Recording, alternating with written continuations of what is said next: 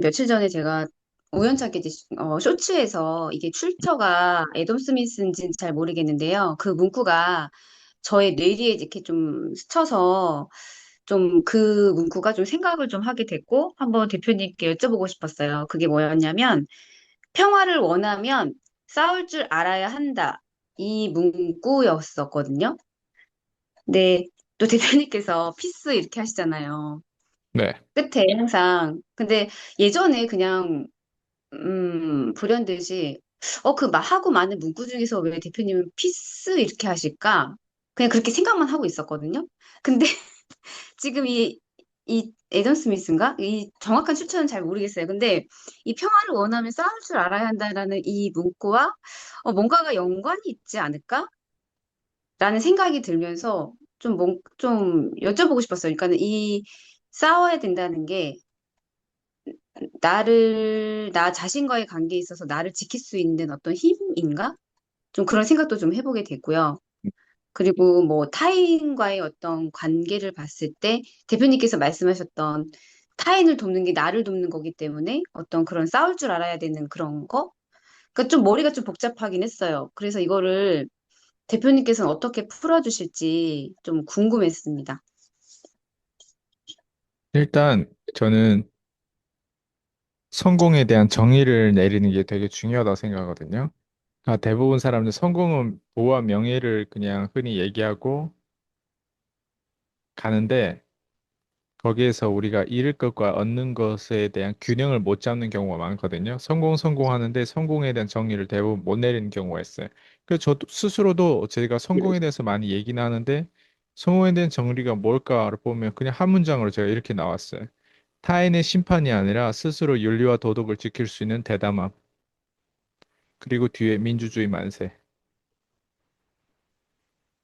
이게 제가 아까 제 스레드에 올린 글이거든요. 그러니까 저는 지금 싸워야 된다, 평화 뭐 이런 얘기를 하면 마치 이상주의로 가고 마치 그냥 우리가 그런 어떤 이성 그냥 이상적인 건 좋은데 현실적인 걸 사람들이 원하잖아요. 근데 그 현실성 안에서 우리가 성공을 외친단 말이에요. 근데 그 성공이 뭐냐라고 했을 때 좀 더 파고들면 저는 타인의 심판이 아니라고 생각하는데 대부분 사람들은 타인의 심판이라고 어, 생각하는 것 같아요. 그러니까 타인의 심판이라고 생각한다라고 하는 건 뭐냐면 성공을 그러니까 아, 내가 어떤 실적이라든가 어떤 이런 돈을 이런 어떤 명예라든가 이런 부를 타인이 나한테 봤을 때 굉장히 보기 좋았을 때 남들이 다 인정하는 것들이 그게 성공이라고 착각하는 거예요, 사람들이. 어떤 타인에 대한 피드백에 그렇죠. 타인에 대한 뭐 인정도 있고 뭐 타인에 대한 시선도 있고 그래서 우리가 성공했다, 성공 못했다에 대한 특징을 어떻게 보냐면 타인들이 봤을 때 그 사람 좋은 차를 몰고 있으면 성공한 것 같고 음, 타인들이 봤을 때 그 사람 결혼을 잘하면 성공한 것 같고 타인들이 봤을 때 그 사람이 좋은 아파트에서 살면 성공한 거 타인들이 봤을 때 그 사람이 유명하면 성공한 것 같고 예, 음, 다 타인의 어떤 기준인데 우리는 타인의 심판을 받을 필요가 없는 거예요. 예, 음, 그냥 항상 이런 말을 하잖아요. 정답이 없다 이런 말을 하잖아요. 근데 네네. 저는 그 말 속에 어떤 말을 우리가 붙잡아야 되냐면 스스로 윤리와 도덕을 지키려면 대담함이 필요하단 말이에요. 어, 그게 용기잖아요. 윤리와 아, 도덕을 지키는 게 생각보다 되게 어려워요. 예, 그래서 그 도덕과 그 윤리를 지키기 위해서는 대담함이 필요하거든요. 그래서 제가 대담함에 대해서 굳이 얘기하자면, 예, 어, 저는 그게 우리가 1순위로 가지고 가야 되는 어떤 미덕이라고 생각하는데, 그게 저는 제가 내린 성공의 정의예요.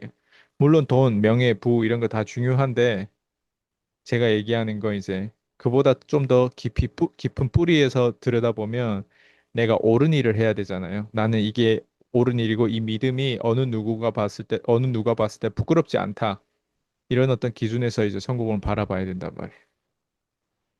그랬을 때 저는 도덕과 미덕이라고 하는, 그러니까 윤리라고 하는 거를, 어, 지켜야 되는데, 그게 대담함이 필요하고 용기가 생각보다 많이 필요하고, 용기를 못 꺼내서 도덕과 윤리를 지키지 못하고 심지어 훼손하고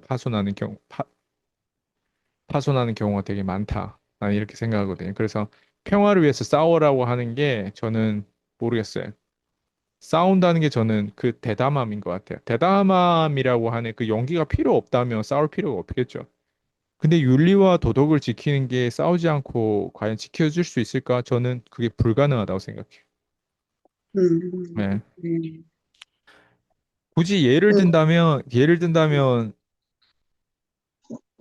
윤리적으로 내가 지금 내 수강생들은 저를 보고 어쨌든 배우려고 한단 말이에요. 배우는 게 저는 경제라고 저는 첫 번째 1번이라고 나는 일단 정의했어요. 사람들이 내가 네, 잘생겨서 혹은 내가 뭐 사람이 좋아서 혹은 네, 내가 뭐 혹시라도 내 와이프가 헤어지면 두 번째 와이프로 맞이하기 위해서 세 번째 와이프로 맞이하기 위해서 뭐 후보자로 나랑 연결돼 왜 하도 여자 이 수강생들 많으니까 나 그렇다고 생각하지 않거든요. 다들 여성의 어떤 파워, 즉 자기가 여성으로서 독립하기 위해서 필요한 어떤 카리스마라든가 필요한 기술이라든가 필요한 어떤 내가 인지하지 못하고 새 나가는 이런 비용이라든가 그리고 내가 돈을 벌려면 내가 어떤 걸 고객한테 서비스를 줘야 되는지 이런 것들을 인지를 못하는 차원에서 제 입장에서 그걸 다 줘야 된단 말이에요. 그러면 그걸 주기 위해서 우리가 윤리와 도덕을 지키기 위해서 왜 대담함이 필요하냐면 제 입장에서는 그냥 마치 너희들이 이걸 하면 이렇게 될 것이다라고 하는 거를 제 입장에서 포장할 수도 있고 그리고 이게 현실과 이게 실체와 이제 이성이라는 게 실체와 이제 인식이라는 게 다르단 말이에요. 우리가 보통 인식하는 건 뭐냐면 저 사람 성공했기 때문에 저 사람 말대로 하면 될 거야라고 하는 거가 우리 인식 체제라면 실체는 사실 그렇지 않은 경우가 많아요. 예. 왜냐면 성공한 사람들도 보면은 자기가 수강생들이 있으면 그 수강생들을 뭐라고 하지? 어, 단편적인 모형을 가르쳐요. 단편적인 지식을 주는 것 같아요. 예, 저는 그걸 준다고 해서 제자들이 성공 못 한다고 생각하거든요. 그러니까 내가 성공했으면 성공한 어떤 원리와 어떤 원칙들과 시스템이 있단 말이에요. 그러면 네, 그거를 말해주고 거기에 대한 정보를 주면 상대방이 뭐 죽이 되든 똥이 되든 뭐 밥이 되든 상대방이 그거를 이제 해가지고 뭐 예, 할 것 같은데 근데 밑바닥에서 올라온 사람들이 그걸 그 사람이 말하는 그 의미가 뭔지를 진정으로 몰라요. 그리고 네, 알아도 소용없는 게 뭐냐면 그건 그 사람의 스토리지 내 지금 상황에 그게 적용이 잘 안 되는 거예요. 그래서 저는 성공한 사람들이 이제 자기만 성공한 게 아니라 이제 성공을 가르치는 입장에서는 윤리와 도덕을 지키기 위해서 그냥 대담함이 필요하단 말이에요. 근데 윤리와 네, 도덕을 지키기 위해서 그 대담함이 뭐냐면 내가 가르치는 게 틀릴 수도 있다라고 하는 거를 내가 알아야 되는데 대부분 성공자들은 그거를 모르는 것 같아요. 예를 들면 제 입장에서 수강생들 코칭 많이 하다 보면 머저리들 되게 많아요. 이거는 그냥 사실이란 말이에요. 내가 내 수강생들 안에서 머저리들이 많다라고 하는 표현은 네, 거짓일까요? 진짜일까요? 진짜죠. 진짜예요. 근데 네, 어떻게 감히 수강생들 인격을 그렇게 막 모욕식으로 머저리 닭대가리 막 이렇게 얘기할 수가 있냐 이렇게 하는데 아니 그게 사실인데 어떡해요? 그렇잖아요. 근데 사실을 윤리와 도덕을 지키기 위해서는 어때요? 제가 대담함이 필요하다고 하잖아요. 당신의 얼굴에다가 그 사실을 얘기하는 게 정말 어려워요. 그거는 내 위치하고 상관없이 그거를 얘기하는 거에 대담함이고 그걸 얘기하는 게 용기인데 그 용기를 내는 게 되게 어려워요. 왜 머저리라고 인식을 제대로 시켜줘야 걔가 겸손해지잖아요. 머저리가 아닌 사람은요, 이게 얘기하면 자기가 되게 그런 고상한 사람이고, 뭐 말로는 나는 부족한 사람이고, 대표님한테서 배울 거 있다고 하는데, 그렇지가 않아요. 예. 그렇지가 않아요. 제가 코칭을 해보면, 예? 지금 음, 15년 동안 이 업을 해오다 보니까 그렇지가 않아요. 그냥 상대방이 자기가 아파보고 위기의식이 딱 그냥 이 감정이 딱 들어오고 그걸 인식해 버려야 나 이제 어떡하지 하고 이제 진짜 답을 찾기 시작하거든요. 근데 좋은 게 좋은 거라고 어떤 성공한 사람이 그 사람이 수강생 제자를 가르칠 때 좋은 얘기를 해주고 좋은 책을 읽거라는 거 이런 공유라든가 이런 걸 해주고 좋은 어떤 인사이트 예를 들면 이제 저 그 김밥 파는 CEO 누구 김승호 회장님 예. 네, 김승호 회장님 같은 경우에 그 사장학교라고 하는 그 유튜브 채널이라든가 이런 것들 보면 그 원리 원칙을 다 공유해 준단 말이에요. 그거를 지식적으로 정보를 받아들인다고 해서 성공 절대 못해요. 그건 제가 100% 장담해요. 그게 뭐냐면 성공한 사람들이 가르칠 때 프레임이 성공한 사람들이 그렇게 나이스하게 다 이런 것들을 다 얘기해 준다고 받아 먹을 사람들이 아니라는 거예요. 밑바닥에 있는 사람들. 이해돼요? 네. 그래서 제 입장에서도 그런 거를 많이 듣고 유튜브에서도 김승호 회장보다 훨씬 대단한 사람 미국에 너무 많아요. 그런 네, 사람들의 걸 인사이트를 받아 얻어 먹고 있는데 내가 23살 때부터 성공을 조금 막 시작했는데 7년 동안 내 인생이 안 풀리더라고요. 내 음, 인생이 안 풀린다고요. 그런 걸 듣는다고 해서. 네, 그걸 밑바닥에서 못 올라온다고요. 그냥 쉽게 얘기하면 그거예요. 7년 음, 동안은 거의 마이너스라고 보시면 되고 9년에 거의 또이또이하고 그냥 9년 이후부터 돈을 좀 벌기 시작했지 거의 네, 10년 가까이 뭐가 됐냐면 똥이 된 거예요 그냥.